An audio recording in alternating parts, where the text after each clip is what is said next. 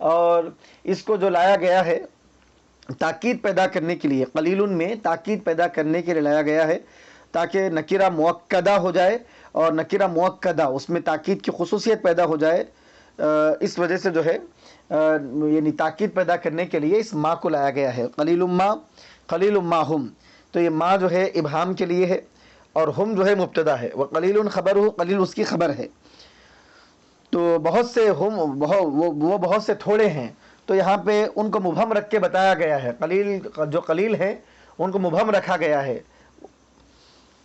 وَظَنَّ داود انما فتناہ فاستغفر ربہ وخر راکعا واناب، اور یہ آیت مبارکہ، یہ سجدہ تلاوت کی آیت مبارکہ ہے۔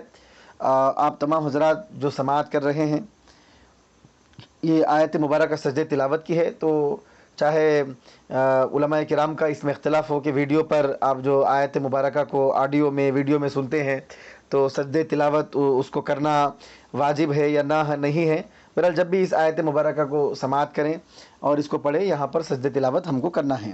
وَظَنَّ داود، اور حضرت داود علیہ السلام نے یہ گمان کیا، ای عالمہ، آپ نے یہ جانا، تو ظنّا یہاں پر عالمہ کے معنی میں ہے۔ علامہ نصفی فرماتے ہیں کہ قرآن کریم میں جو ظنّا یہاں پر استعمال کیا گیا ہے، یہ عالمہ علم کے معنی میں ہے۔ یہ آپ نے گمان کیا یعنی آپ نے جانا، وَأَيْقَنَ، اور آپ نے یقین کیا، وَإِنَّمَا اسْتُعِيرَ لَهُ لِأَنَّ الظَّنَّ الْغَالِبَ يُفْيُدَانِ الْعِلْمَ۔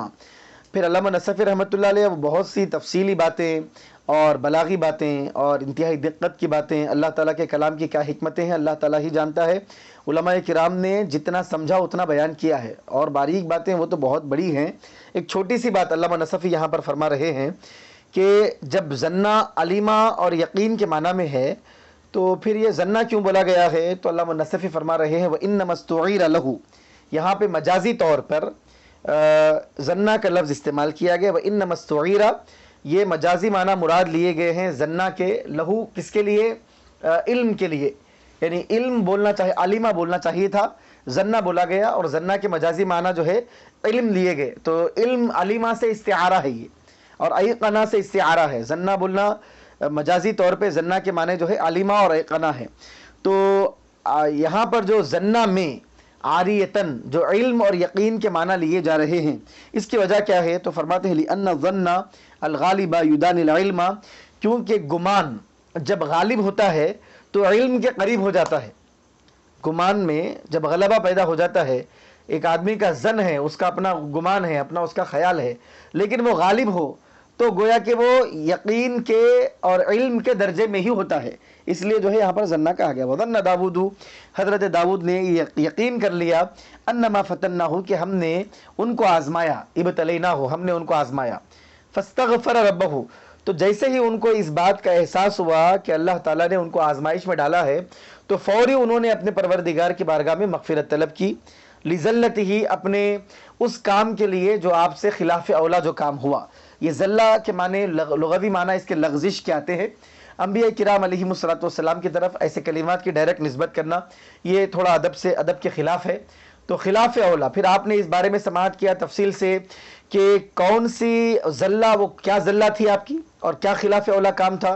تو دو باتیں آپ نے سماعت کی، ایک امام فخر الدین رازی کی اور ایک علامہ ابو حیان اندلسی کی، جو ہم کو یعنی جو پسندیدہ جو قول مجھے بھی نظر آیا، اور عام طور پہ اہل سنت و جماعت کے علماء جس چیز کو پسند کرتے ہیں، اب علماء کرام نے، مفسرین کرام نے، عربی مفسرین نے، حتیٰ کہ علامہ نصفی نے بھی اس کی الگ تفسیر کی ہے، لیکن علامہ نصفی کی تفسیر سے ہٹ کے ہم نے جو آپ کے سابقہ درس میں جو امام فخر الدین رازی رحمۃ اللہ علیہ کا قول جو بیان کیا گیا تھا کہ بعض لوگ حضرت داؤد علیہ السلام کے وقت پاس جو ہے عبادت کے وقت آ گئے، اور آپ نے ان کو دیکھ کر یہ سمجھا کہ یہ مجھے سمجھ گئے کہ یہ مجھے قتل کرنے آئے تھے، لیکن آپ نے ان کو کچھ کیا نہیں، وہ وہاں سے ایک مسئلے کا بہانہ بنائے، ہم کو آپ کے پاس آنا بڑا ضروری تھا، اور آپ عدالت میں آج موجود نہیں تھے فیصلہ کرنے کے لیے، تو ہم یہاں پر آ گئے تاکہ ہمارا فیصلہ آپ فرما دے۔ وہ باتیں بہانے بنانے لگے، تو جب وہ چلے گئے تو حضرت داؤد علیہ السلام کے دل میں یہ خیال پیدا ہو رہا تھا کہ یہ لوگ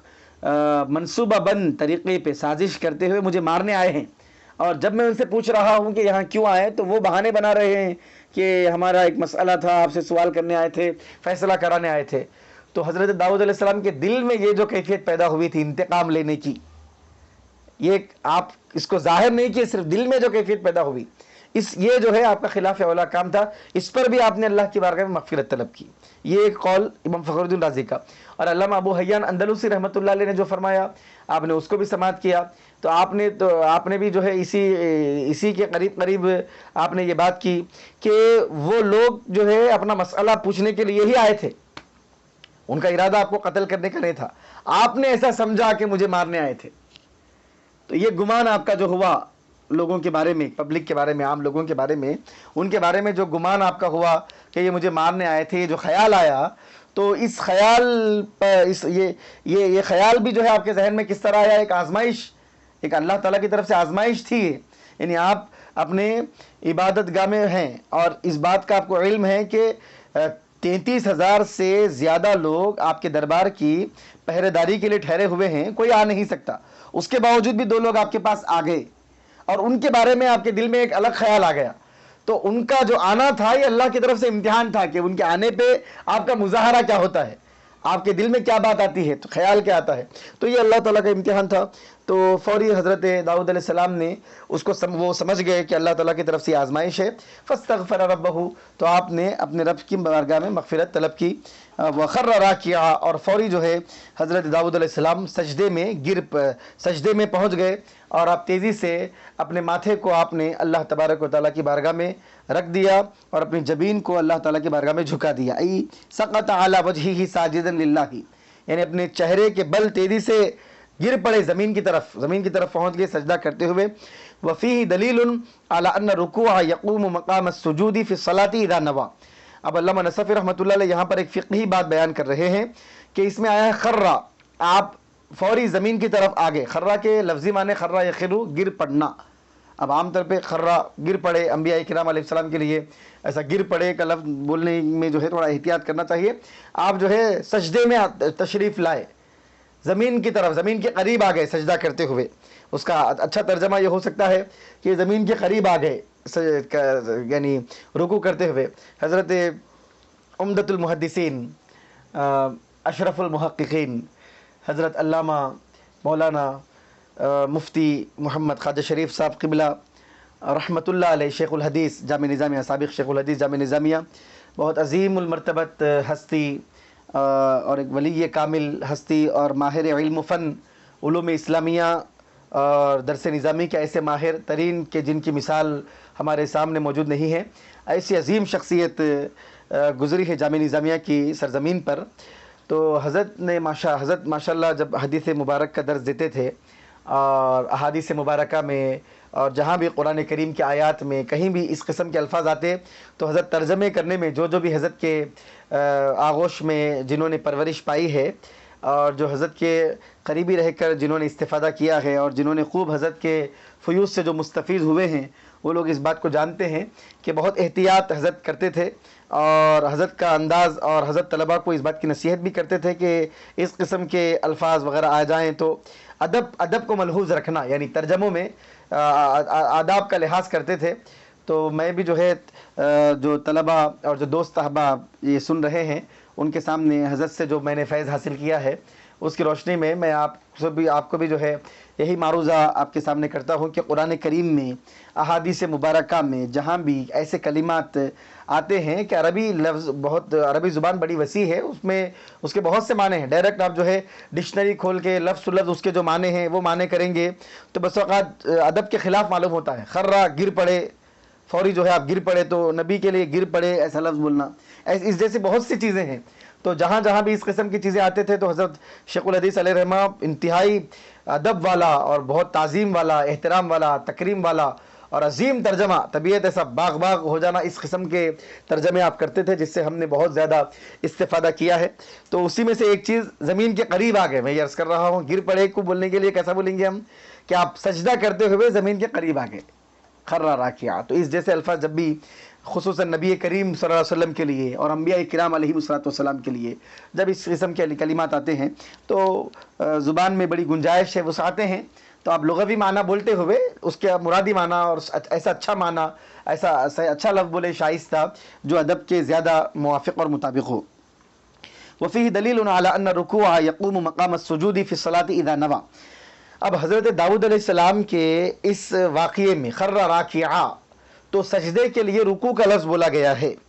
تو علامہ نصفی رحمۃ اللہ علیہ فرماتے ہیں کہ اسی سے فقہی استدلال یہ بھی نکلتا ہے کہ اگر کوئی ان الرکوع یقوم مقام السجود فی الصلاۃ اذا نوى، اگر کوئی سجدے تلاوت، مثال کے طور پہ سجدے تلاوت کی آیت اگر کسی نے نماز میں پڑھی، سجدے تلاوت کی کوئی نماز میں آیت پڑھا اور سجدے میں جانا جو ہے بھول گیا اور وہ رکوع میں گیا، رکوع میں جانے کے بعد اس نے یہ نیت کی کہ یہ سجدے تلاوت کی نیت کر لی، تو یہ جو رکوع ہے سجدے کے قائم مقام ہو جائے گا۔ علماء کرام اور فقہاء اعظام یہاں پر یہ فرماتے ہیں، تو یہ اسی آیت مبارکہ سے یہ مستنبت ہے اور نکالا گیا ہے۔ وفیہ دلیل، اس میں اس بات کی دلیل ہے، علی ان الرکوع، کہ رکوع یقوم قائم ہوتا ہے مقام السجود سجدے کے، فی الصلاۃ نماز میں، اذا نوى اگر وہ نیت کر لے، اگر مصلی نماز پڑھنے والا نیت کر لیتا ہے، ارادہ کر لیتا ہے، تو ایسی صورت میں سجدے تلاوت رکوع میں بھی ادا ہو جائے گا۔ سجدے تلاوت کی نیت اگر آپ رکوع میں کر لیتے ہیں، رکوع میں جانے کے بعد سجدے تلاوت کی نیت کر لیتے ہیں تو ادا ہو جائے گا۔ کیوں؟ اس سے خر راکعا، رکوع کا لفظ بولا گیا سجدے کے لیے۔ اب اس کی وجہ پھر علامہ نصفی اس کی وجہ بھی بتا رہے ہیں، کیوں؟ لأن المراد مجرد ما يصلح تواضعا عند هذه التلاوت، کیونکہ اس سے مراد یعنی سجدے میں چلے جانا، رکوع میں چلے جانا، اس کا مقصد اور اس کا مراد کیا ہے؟ لأن المراد، کیونکہ مراد مجرد ما يصلح تواضعا عند هذه التلاوہ، سجدے تلاوت کے وقت تواضع کے طور پہ، یعنی جس چیز میں اس بات کی صلاحیت ہے کہ جو اس تلاوت کے وقت تواضع، جس سے بھی تواضع ہو سکتا ہے، تلاوت کے وقت جس چیز سے بھی تواضع ہو سکتا ہے، تو اب تواضع کا معاملہ دیکھیے، آپ سجدے میں جائیں گے تو بھی تواضع ہے اور رکوع میں بھی ہے تو تواضع ہے، تو رکوع سے بھی تواضع کا معاملہ حل ہو رہا ہے۔ تو اس وجہ سے چونکہ سجدے تلاوت جب بھی بندہ کرتا ہے تو مقصد یہ ہے کہ وہ تواضع کرے فوری، جیسے ہی انبیاء کرام علیہ السلام کے بارے میں آیا کہ وہ سجدے میں چلے گئے، تو فوری بندے کو کیا کرنا ہے؟ پڑھنے والے کو اس کو بھی اس میں تواضع پیدا ہونا ہے، تو تواضع پیدا کرنے کے لیے کیا کریں گا؟ سجدے میں جائیں گا ان، تو رکوع میں بھی جانا گویا کہ تواضع ہی ہے۔ اس لیے اگر رکوع میں سجدے میں جانا اگر کوئی بھول جاتا ہے اور وہ رکوع میں نیت کر لیتا ہے سجدے تلاوت کی، تو یہ سجدے تلاوت کو اس کے لیے کافی ہو جاتا ہے۔ والرکوع فی الصلاۃ یعمل ھذا العمل، اور نماز میں رکوع جو ہے یہ کام کر دے گا، یعنی تواضع کا کام کر دے گا۔ بخلاف الرکوع فی غیر الصلاۃ، برخلاف نماز کے علاوہ میں رکوع جو ہے یہ کام نہیں کرتا۔ نماز کی حالت میں رکوع میں جانا یہ تواضع ہے، نماز کے علاوہ میں جو ہے یہ کیفیت رکوع میں نہیں ہوتی ہے۔ واناب اور فاستغفر ربہ وخر راکعا، واناب آپ سجدے میں تشریف لے گئے، واناب اور اللہ تعالیٰ کی بارگاہ میں آپ لوٹ گئے، یعنی بہت زیادہ اللہ تعالیٰ کی بارگاہ کی طرف لوٹنے والے، رجوع کرنے والے آپ تھے۔ ورجع الی اللہ بالتوبۃ، اور توبہ کے ذریعے اللہ تعالیٰ کی طرف آپ نے رجوع فرمایا۔ وروی، روایت میں آتا ہے، انہ بقی ساجدا 40 یوما ولیلۃ، کہ حضرت داؤد علیہ السلام 40 دن اور رات، 40 رات دن تک جو ہے آپ سجدے کی حالت میں رہے۔ لا يرفع رأسہ الا لصلاۃ مکتوبۃ، آپ اپنے سر انور کو، سر مبارک کو اٹھاتے تو صرف فرض نماز پڑھنے کے لیے، فرض نماز پڑھنے کے لیے آپ اپنے سر مبارک کو اٹھاتے۔ او ما لا بد منہ، یا ایسی چیز کرنے کے لیے اٹھاتے جو بہت زیادہ ضروری ہو۔ ولا يرقع دمعہ حتى نبت العشب من دمعہ، اور آپ کے آنکھوں کے آنسو جو ہے تھمے نہیں، حتى نبت العشب من دمعہ، یہاں تک کہ یعنی آنکھوں سے آنسو جاری ہونے لگے، یہاں تک کہ جو ہے آپ کے آنکھوں سے آنسو نکلنے کی وجہ سے وہاں پر گھاس اگ گئی جس مقام پہ آپ سجدہ کر کے رو رہے تھے۔ ولم یشرب ماء الا وثلثاہ دمع، اور آپ نے پانی نہیں پیا مگر جتنا بھی پانی آپ پیتے اس کے 2 حصے پانی جو ہے آنسو بن کر نکل جاتے تھے۔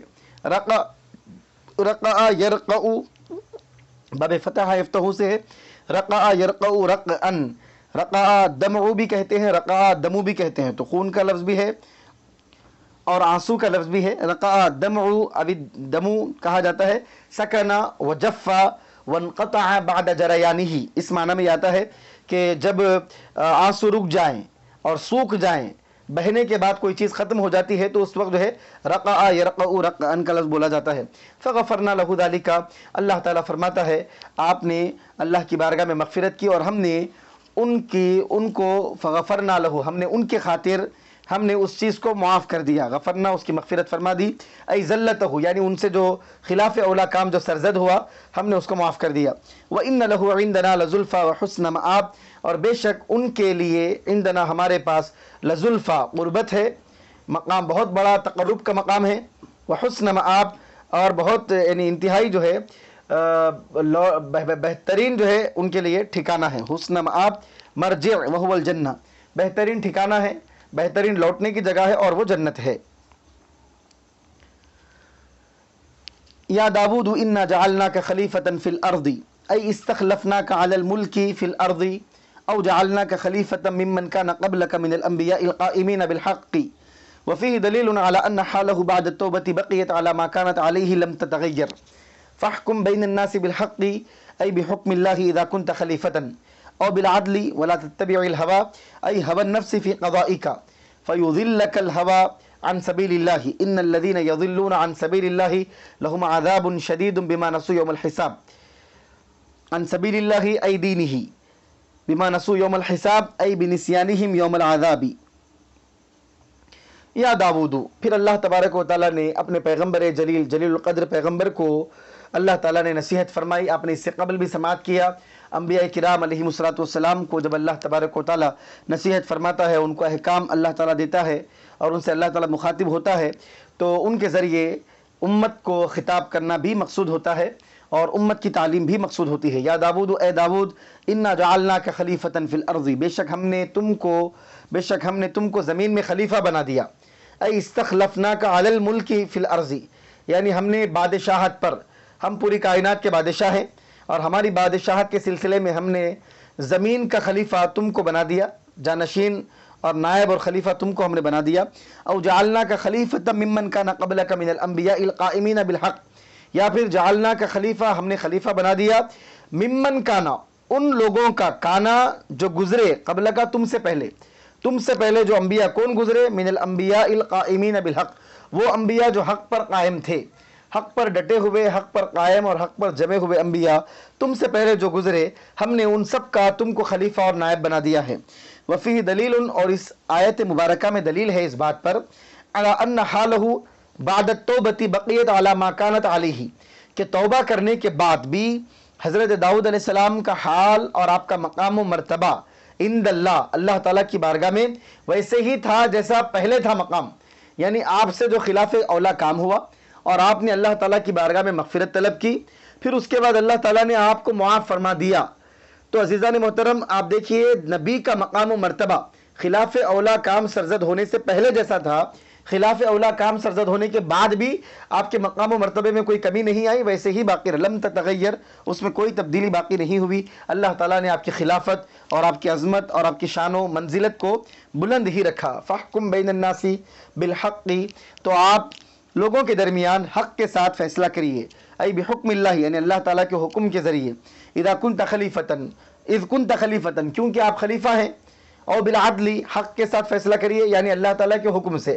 حق کا ایک معنی یہ ہے کہ اللہ تعالیٰ کے جو احکام ہیں ان احکام کے ساتھ آپ فیصلہ کریے، اگر آپ، کیونکہ آپ خلیفہ ہیں۔ اور بالعدل، یا حق کا ایک معنی یہ ہے کہ آپ عدل و انصاف کے ساتھ فیصلہ کریں۔ ولا تتبعوا الهوى، اور آپ خواہشات نفس کی پیروی نہ کریں۔ ولا تتبعوا الهوى ای هوى النفس فی قضائک، یعنی اپنے فیصلوں میں اپنے نفس کی خواہش پر عمل نہ کریں۔ اب دیکھیے کسی بھی نبی کے بارے میں یہ تصور اور یہ وہم و گمان، خیال بھی نہیں ہو سکتا کہ وہ اپنی خواہش کی اتباع کریں گے۔ پھر اللہ تعالیٰ حضرت داؤد کو یہ فرما رہا ہے، لا تتبعوا الهوى، آپ اپنے خواہش کی اتباع مت کریے، مطلب آپ خواہش کی اتباع نہیں کرتے ہیں، اس پر ثابت قدم رہیے، اس پر جمے رہے، اس پر ڈٹے رہیے، اور آپ کے ذریعے پوری امت کو تعلیم دینا ہے۔ پھر آپ کی امت کو بھی تعلیم دینا ہے۔ پھر اب قرآن کریم میں جب یہ بات آ گئی ہے تو بھی نبی کریم صلی اللہ علیہ وسلم کی قیامت تک کی آنے والی امت کو بھی اس بات کی تعلیم ہے کہ کوئی بھی آدمی اپنے فیصلوں میں اپنے خواہش نفس کی پیروی نہ کرے۔ فیضلک، تو اگر تو آپ کریں گے، فیضلک، تو وہ جو خواہش ہے، نفس کی خواہش ہے، وہ گمراہ کر دے گی، عن سبیل اللہ، آپ کو گمراہ کر دے گی اللہ کے راستے سے۔ آپ اپنے نفس کی خواہش کو نہ مانیں اپنے فیصلوں میں، اگر مانیں گے تو وہ چیز اللہ کے راستے سے آپ کو ہٹا دے گی۔ ان الذین یضلون عن سبیل اللہ، بے شک وہ لوگ جو اللہ کے راستے سے ہٹ جاتے ہیں، لہم عذاب شدید، ان کے لیے دردناک عذاب ہوتا ہے، بما نسوا یوم الحساب، یوم الحساب کو بھولنے کی وجہ سے. اب اس میں جو ما ہے یہ ما مصدریہ ہے، بنسیانہم یوم العذابی، اور ما مصدریہ کیا کرتا ہے؟ اپنے بعد والے جملے کو مصدر کی تعویل میں کر دیتا ہے. تو بما نسو کا ترجمہ کریں گے بنسیانہم یوم العذابی، عذاب اور حساب کے دن کو بھول جانے کی وجہ سے ان کو دردناک عذاب ہوگا. مطلب کیا ہے؟ یعنی خواہش نفس کے مطابق اگر کوئی فیصلہ کرتا ہے، دنیا میں اللہ تعالیٰ نے کسی کو جج بنایا ہے اور دنیا میں اللہ تعالیٰ نے کسی کو حاکم بنایا ہے یا بادشاہ اور خلیفہ بنایا ہے، اور وہ اپنے خواہش کے مطابق فیصلہ کرتا ہے، حق کے مطابق اور عدل اور انصاف کے مطابق فیصلہ نہیں کرتا، تو اس کا مطلب یہ ہے گویا کہ وہ یوم الحساب کو بھول گیا ہے. گویا کہ اس کو اس بات کا یقین نہیں ہے کہ ایک دن ایسا آنے والا ہے کہ جس دن اس ساری کائنات کا مالک و مولا عدل و انصاف کی کرسی پر جلوگر ہوگا اور عدل و انصاف کرے گا اور ساری کائنات سے حساب و کتاب لیا جائے گا اور ان کے ساتھ.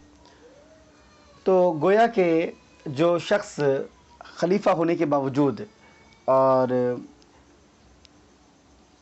حاکم ہونے کے باوجود اگر وہ اپنی خواہش کے مطابق فیصلہ کرتا ہے تو گویا کہ اس کا ایمان ہی نہیں ہے کہ ایک دن ایسا آئے گا، قیامت کا دن، جس دن اس کو حاضر ہونا ہے اللہ رب العزت کی بارگاہ میں، اور وہ مالک الملک ہر ایک چیز کا حساب لے گا اور ہر فیصلے کا حساب اللہ کی بارگاہ میں دینا ہے. تو گناہ کرنے والا گناہ کر رہا ہے تو گویا کہ یہ مطلب ہے اس بات کا کہ وہ یوم الحساب کو نہیں مانتا ہے. رب العالمین ایک دن ایسا اللہ تبارک و تعالیٰ نے مقرر کیا ہے کہ ہر ایک کو اللہ کی بارگاہ میں پیش ہونا ہے.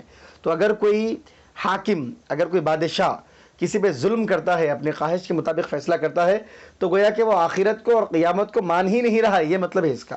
تو عزیزان محترم اور عزیز طلبہ، یہاں پر یہ ایک خاص بات یہ ہے کہ اگر اللہ تبارک و تعالیٰ دنیا میں بادشاہت سے نوازے، اللہ تعالیٰ دنیا میں کسی عہدے سے نوازے، اقتدار سے نوازے، کوئی منصب اللہ تعالیٰ عطا کرے، تو یہاں پر یہ بھی ہم سمجھ سکتے ہیں کہ جو منصب اللہ تعالیٰ، بڑا منصب جب کسی کو دیتا ہے تو اس کی ذمہ داری ہے کہ وہ جو بھی فیصلہ کرے تو وہ اپنی خواہش کے مطابق فیصلہ نہ کرے اور سفارشوں کے مطابق فیصلہ نہ کرے اور جانبداری کے مطابق فیصلہ نہ کرے اور ایک طرف کسی کی طرف مائل ہو کر فیصلہ نہ کرے اور اس کی خواہش کا اس میں عمل دخل نہ ہو. خالصتاً لوجہ اللہ، عدل اور انصاف کی بنیاد پر فیصلہ کرنا، یہ اس کی ذمہ داری ہے، ہر ایسے آدمی کی ذمہ داری ہے جو بڑے بڑے منصب پر اور اقتدار پر، بادشاہت پر اور کرسی عدالت پر فائز ہوتا ہے. وما خلقنا السماء والارض وما بينهما باطلا وما خلقنا السماء والارض وما بينهما باطلا ذلك ظن الذين كفروا فويل للذين كفروا من النار. وما خلقنا السماء والارض وما بينهما من الخلق باطلا خلقا باطلا لا لحكمة بالغة او مبطلين عابثين كقوله وما خلقنا السماء والارض وما بينهما لاعبين وتقديره ذوي باطل او عبثا فوضع باطلا موضعه أي ما خلقناهما وما بينهما للعبث واللعب ولكن للحق المتين، وهو أننا خلقنا نفوسا أودعناها العقل ومنحناها التمكين وأزحنا عللها ثم عرضناها للمنافع العظيمة بالتكليف وأعددنا لها عاقبة وجزاء على حسب أعمالهم. ذلك إشارة إلى خلقها باطلا. ذلك ظن الذين كفروا، الظن بمعنى المظنون، أي خلقها للعبث لا للحكمة، هو مظنون الذين كفروا. وإنما جعلوا ظانين أنه خلقها للعبث لا للحكمة مع إقرارهم بأنه خالق السماوات والأرض وما بينهما بقوله ولئن سألتهم من خلق السماوات والأرض ليقولن الله، لأنه لما كان إنكارهم للبعث والحساب والثواب والعقاب مؤديا إلى أن خلقها عبث وباطل، جعلوا كأنهم يظنون ذلك ويقولونه لأن الجزاء هو الذي سيقت إليه الحكمة في خلق العالم، فمن جحده فقد جحد الحكمة في خلق العالم، فويل للذين كفروا من النار. وما خلقنا السماء والأرض وما بينهما، اور ہم نے زمین اور آسمان کو، آسمان اور زمین کو اور ان دونوں کے درمیان جو چیزیں ہیں، جو مخلوقات ہیں، ان کو ہم نے پیدا نہیں کیا باطلا، بیکار. تو باطلہ جو لفظ ہے یہ باطلہ کیا ہے؟ تو علامہ نصفی فرماتے ہیں خلقاً باطلہ. باطلہ جو ہے یہ خلقنا کا مفعول مطلق ہے اور اس کا موصوف جو ہے محذوف ہے. خلقاً باطلہ ہم نے بیکار پیدا نہیں کیا ہے. لا لحکمت بالغۃ تو مفعول مطلق نوعیت کے لیے ہے. مفعول مطلق یہاں پر نوعیت کے لیے ہے. ای خلقاً باطلہ لا لحکمت بالغۃ، ایسا نہیں ہے کہ کوئی حکمت بالغہ کے لیے پیدا نہیں کیا گیا، ایسا نہیں ہے. حکمت بالغہ کے لیے اللہ تعالیٰ نے اس کائنات کو اور آسمان و زمین اور ان کے درمیان کی چیزوں کو پیدا کیا ہے. او مبطلین عابسین، یا تو باطلہ جو ہے، باطلہ کا اعراب بیان کر رہے ہیں علامہ نصفی، یا تو یہ مفعول مطلق نوعیت کے لیے ہے تو اس صورت میں خلقاً اس کا موصوف محذوف ہوگا، خلقاً باطلہ، اور صفت کو جو ہے موصوف کے قائم مقام کر دیا گیا. یہ ایک مسئلہ، یہ ایک اعراب ہوا. دوسرا اعراب جو ہے باطلہ جو ہے یہ حال ہے. تو کس معنی میں ہوگا باطلہ حال ہے؟ تو مبطلین عابسین، تو باطلہ جو ہے حال ہے مبطلین عابسین کے معنی میں ہے. یعنی ہم نے زمین اور آسمان کو کھیل کود اور تماشے کے لیے پیدا نہیں کیا ہے، جیسا کہ اللہ تبارک و تعالیٰ نے فرمایا. اور ایک آیت مبارکہ جہاں پہ باضابطہ طور پہ حال بن کر یہ لفظ آیا ہے وما خلقنا السماء والارض وما بینہما لاعبین، بالکل من وعن وہی آیت ہے. یہاں پہ باطلہ کا لفظ ہے، وہاں پہ لاعبین کا لفظ ہے. ہم نے آسمان و زمین اور ان دونوں کے درمیان کی چیزوں کو کھیل کود اور تماشے کے لیے پیدا نہیں کیا ہے، بلکہ بڑی حکمت اس کے پیچھے کار فرما ہے اور حکمت بالغہ کے تحت ہم نے اس ساری کائنات کو پیدا کیا ہے. یعنی اس کا ایک مقصد ہے، اس کی ایک ابتدا ہے، اس کی ایک انتہا ہے، پھر اس میں ثواب ہے، عقاب ہے، جزا ہے، پھر بندوں کے لیے ان کے اعمال کا صلہ ہے، پھر جنت ہے، جہنم ہے، کئی چیزیں جو ہے اس کے پیش نظر ہے. تو بغیر کسی حکمت کے اللہ تعالیٰ نے اس کائنات کو نہیں پیدا کیا ہے. وَتَقْدِيرُهُ، اور تقدیری عبارت کس طرح ہوگی؟ ذوی باطل، باطلہ کی تقدیری عبارت یعنی وہ ہم نے آسمان اور زمین کو اور ان دونوں کے درمیان جتنی بھی چیزیں ہیں ان کو باطل والی پیدا نہیں کیا. ایسا نہیں پیدا کیا گیا کہ وہ باطل والی ہیں، وہ بیکاری کی چیزیں ہیں، کھیل و کود کی چیزیں ہیں. او عبسا، یا عبس کے لیے ہے، ایسا پیدا ہم نے نہیں کیا ہے. فوضع باطلا موضعہ، تو باطلا کو جو ہے اس کی جگہ عبس کی جگہ رکھ دیا گیا. تو تقدیری عبارت کس طرح ہوگی؟ یعنی جو مخلوق اللہ تعالیٰ نے پیدا کی ہے آسمان و زمین میں، ان مخلوقات کو، اس مخلوق کو اللہ تعالیٰ نے باطل والی مخلوق پیدا نہیں کیا، بیکاری کی مخلوق. یا پھر او عبسن، بیکاری کی وجہ سے اللہ تعالیٰ نے ان کو پیدا نہیں کیا، عبس کی وجہ سے. فوضع باطلا موضعہ، تو عبس کی جگہ جو ہے باطل کو رکھ دیا گیا. یعنی عبس بولنے کی جگہ باطل کا لفظ بولا گیا. تو معنی کیا ہوں گے؟ ما خلقناہما وما بینہما للعبث واللعب، ہم نے ان دونوں کو، آسمان و زمین کو اور ان دونوں کے درمیان کی چیزوں کو نہیں پیدا کیا عبث کے لیے، کھیل کود کے لیے، لہو و لعب کے لیے نہیں پیدا کیا. ولکن للحق المتین، لیکن ایک مضبوط پختہ حق کے لیے ہم نے اس کو پیدا کیا ہے.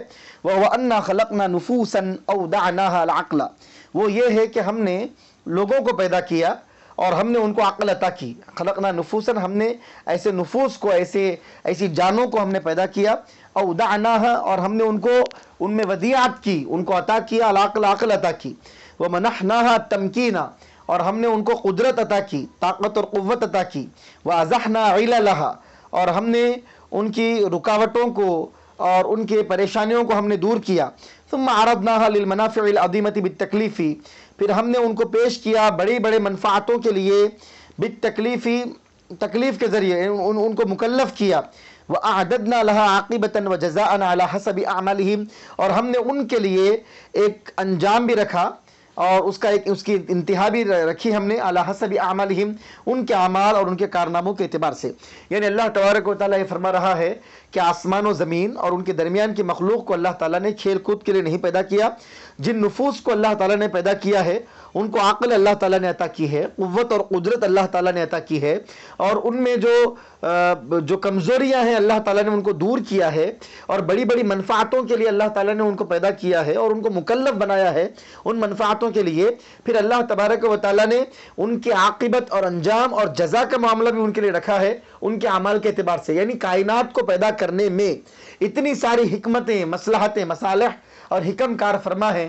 تو یہ جو کفار و مشرکین سمجھتے ہیں کہ یہ ایسے ہی پیدا ہو گیا ہے، تو اس کا اللہ تعالیٰ نے یہاں پر رد فرمایا ہے. ذَلِكَ ظَنُّ الَّذِينَ كَفَرُوا، ذَلِكَ إِشَارَةٌ إِلَى خَلْقِهَا بَاطِلًا، ذَلِكَ وہ، یعنی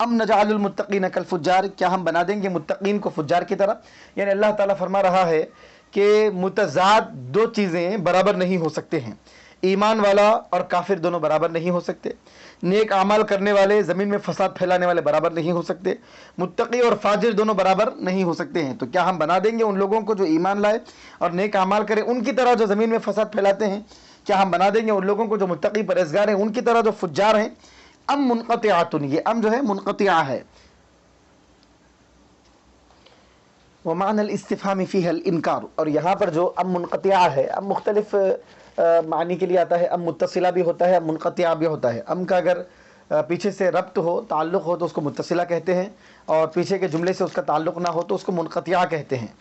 اور وہ جو ام متصلہ ہوتا ہے اس کا معادلہ یعنی اس کا مقابل بھی ہوتا ہے، اور یہ جو ام منقطعہ ہوتا ہے اس کا کوئی معادل نہیں ہوتا۔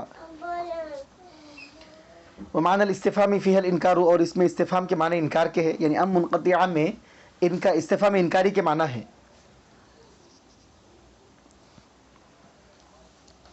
والمراد انه لو بطل الجزاء كما يقول الكفار لاستوت احوال من اصلح وافسد واتقى وفجر، اور مقصد اور مراد کیا ہے؟ انه لو بطل الجزاء، اگر جزا باطل ہو جائے اور کسی بھی چیز کا کی جزا آدمی کو بدلہ اس کا نہ ملے، کما یقول الکفار، کفار کے کہنے کے مطابق، جیسے کہ کفار کہہ رہے ہیں، لاستوت احوال من، تو برابر ہو جائیں گے احوال من، ان تمام لوگوں کے حالات، من اصلح، جو مصلح ہے، اصلاح کرنے والے ہیں، وافسدہ، جو فسادی ہیں، فساد پھیلانے والے ہیں، واتقا، اور جو متقی ہیں، وہ فجرا، اور جو فاسق اور فاجر ہیں۔ تو فاسق اور فاجر اور متقی پرہیزگار، فساد مچانے والے، مصلحین، یعنی مصلح اور مفسد کے درمیان کوئی فرق نہیں رہے گا، متقی اور فاجر کے درمیان کوئی فرق نہیں رہے گا، جبکہ نہ نقل اس کی تائید کرتی ہے نہ عقل اس کی تائید کرتی ہے کہ ایک آدمی اچھا کرنے والا ہو تو اس کو اچھا صلہ ملے گا، ایک آدمی برا کرنے والا ہو تو اس کو اس کا انجام ملے گا۔ تو مصلح اور مفسد یہ دونوں کے حالات برابر نہیں ہو سکتے، متقی اور فاجر یہ دونوں کے حالات برابر نہیں ہو سکتے، جبکہ کفار کا یہ جو دعویٰ ہے کہ کفار کا یہ جو زعم اور کفار کی یہ جو فہم ہے کہ یہ کائنات کو اللہ تعالیٰ نے بالکل عبث پیدا کیا ہے، اس کا مطلب یہ ہے کہ پھر مصلحین اور مفسدین اور متقی اور فاجر سب برابر ہیں، جبکہ عقل اور عقلاً اور نقلاً یہ دونوں چیزیں محال ہیں۔ ومن سوا بینہم کان سفیہا ولم یکن حکیما، اور جو آدمی یہ بولے گا کہ وہ اصلاح کرنے والا اور وہ فساد مچانے والا وہ دونوں برابر ہیں، کانا سفیہا، تو دنیا بولے گی کہ وہ دونوں تو برابر نہیں ہیں لیکن تو بیوقوف ہے، ولم یکن حکیما، اور اس کو حکمت والا کوئی بھی نہیں بولیں گے، عقل والا، فراست والا، فہم والا کوئی بھی اس کو نہیں کہیں گے۔ کتاب انزلناہ الیک مبارک لیدبروا آیاتہ ولیتذکر اولو الالباب، ای هذا کتاب انزلناہ الیک یعنی القرآن، مبارک صفت اخرى لیدبروا آیاتہ واصلہ لیتدبروا، وقرئ به ومعناه ليتفكروا فيها فيقفوا على ما فيه ويعملوا به۔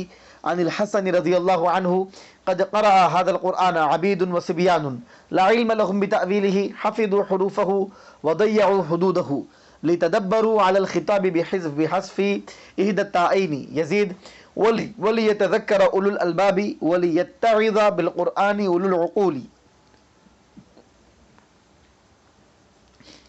کتاب، اب اللہ تعالیٰ فرما رہا ہے بے شک یہ کتاب، ہذا کتاب، یہ کتاب ہے، ہذا کتاب انزلناہ الیک، یہ کیسی کتاب ہے؟ یہ ایسی کتاب ہے انزلناہ الیک جو ہم نے آپ پر نازل کی ہے، یعنی قرآن، مبارکن، یہ جو کتاب ہم نے یہ کتاب جو ہم نے آپ پر نازل کی ہے، اس کی صفت اول آ چکی ہے، یہ جو کتاب ہم نے آپ پر نازل کی ہے یہ مبارک، برکت والی ہے، یہ صفت اخرى ہے، دوسری صفت ہے کتاب کی۔ لیدبروا آیاتہ، تو ہم نے جو کتاب نازل کی ہے مبارک برکت والی ہے، کیوں نازل کی ہے؟ لیدبروا، تاکہ یہ لوگ اس کی آیتوں میں غور کریں، واصلہ لیدبروا، اس کے اصل لیتدبروا ہے، تو تا کو دال سے بدلا گیا اور دال میں ادغام کر دیا گیا تو لیتدبروا ہو گیا۔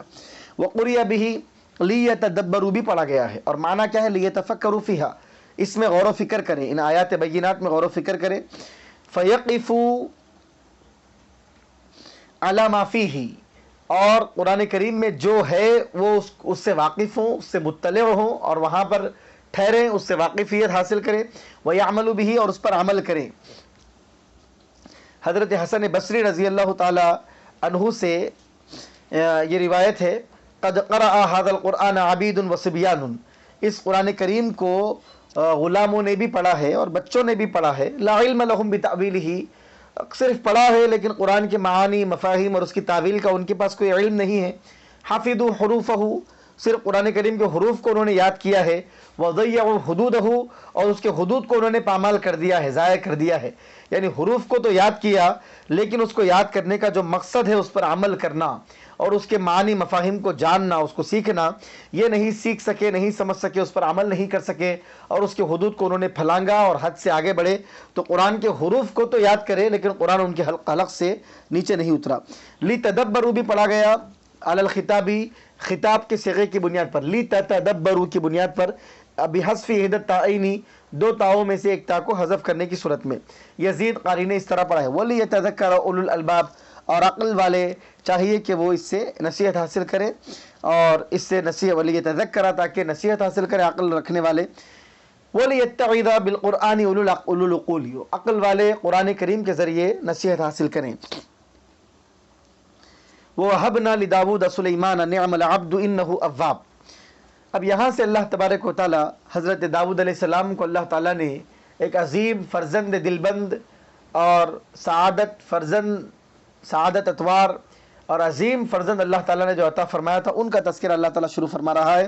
وَوَهَبْنَا، اور ہم نے عطا کیا لداؤد علیہ السلام کو سلیمان، حضرت سلیمان. نعم العبد، وہ کیا ہی بہترین بندے ہیں. انہ اواب، بے شک وہ بھی اللہ تعالیٰ کی طرف بہت زیادہ توبہ کرنے والے، رجوع کرنے والے، لوٹنے والے تھے. ای العبد وقیل داود، بعض لوگوں نے کہا نعم العبد کے ذریعے اللہ تعالیٰ نے جس بندے کی تعریف کی ہے اس سے مراد حضرت داؤد ہیں. ولیس بالوجہ، اور یہ زیادہ مناسب نہیں ہے. فالمخصوص بالمدح محذوف، کیوں اس لیے مناسب نہیں ہے چونکہ یہاں سے تذکرہ حضرت سلیمان کا شروع ہو چکا ہے اور حضرت داؤد کی تعریف پیچھے ہو چکی ہے. تو جب تذکرہ سلیمان علیہ السلام کا شروع ہو چکا ہے تو اس مناسبت سے یہی زیادہ بہتر ہے کہ نعم العبد سے مراد حضرت سلیمان علیہ السلام کو لیا جائے. فالمخصوص بالمدح محذوف، مخصوص بالمدح محذوف ہے. آپ جانتے ہیں اس بات کو کہ نعمہ جب آتا ہے تو نعمہ فعل، العبد اس کا فاعل ہے اور یہ افعال مدح میں سے ہے. اس کا ایک مخصوص ہوتا ہے تو وہ مخصوص یہاں پر محذوف ہے. نعم العبد سلیمان، کیا ہی بہترین بندے ہیں سلیمان علیہ السلام. انہ اواب، بے شک وہ بہت زیادہ توبہ کرنے والے تھے. وعلل کونہ ممدوحا بکونہ اوابا، اللہ تعالیٰ نے حضرت سلیمان کی تعریف کی، بہترین بندے تھے، کیا ہی اچھے بندے تھے. تو کیوں تعریف کی؟ تو اللہ تعالیٰ نے اس کی علت بیان کی کیونکہ وہ اللہ تعالیٰ کی طرف بہت زیادہ لوٹ کے آنے والے تھے. تو آپ دیکھیے، اس بات کو ذہن میں رکھیں کہ اللہ تعالیٰ کی بارگاہ میں محبوب بنانے والی چیز اس کے دربار کی طرف جانا ہے، اس کی بارگاہ میں رجوع کرنا ہے، اس کی بارگاہ میں توبہ کرنا ہے، استغفار کرنا ہے، بار بار اللہ تعالیٰ کی رضا کے طلبگار ہونا ہے. یہ وہ چیز ہے جو بندے کو اللہ کی بارگاہ میں محبوب بھی بناتی ہے، ممدوح اور قابل تعریف اور قابل ستائش بھی بناتی ہے. وعلل کونہ ممدوحا، اور اللہ تعالیٰ نے علت بیان کی ان کے ممدوح ہونے کی، بکونہ اوابا، ان کے اواب ہونے کی حیثیت سے. ای کثیر الرجوع الی اللہ تعالی، یعنی وہ اللہ تعالیٰ کی طرف بہت زیادہ رجوع کرنے والے تھے. تو حضرت سلیمان علیہ السلام کا قصہ یہاں سے اللہ تبارک و تعالیٰ نے شروع کیا.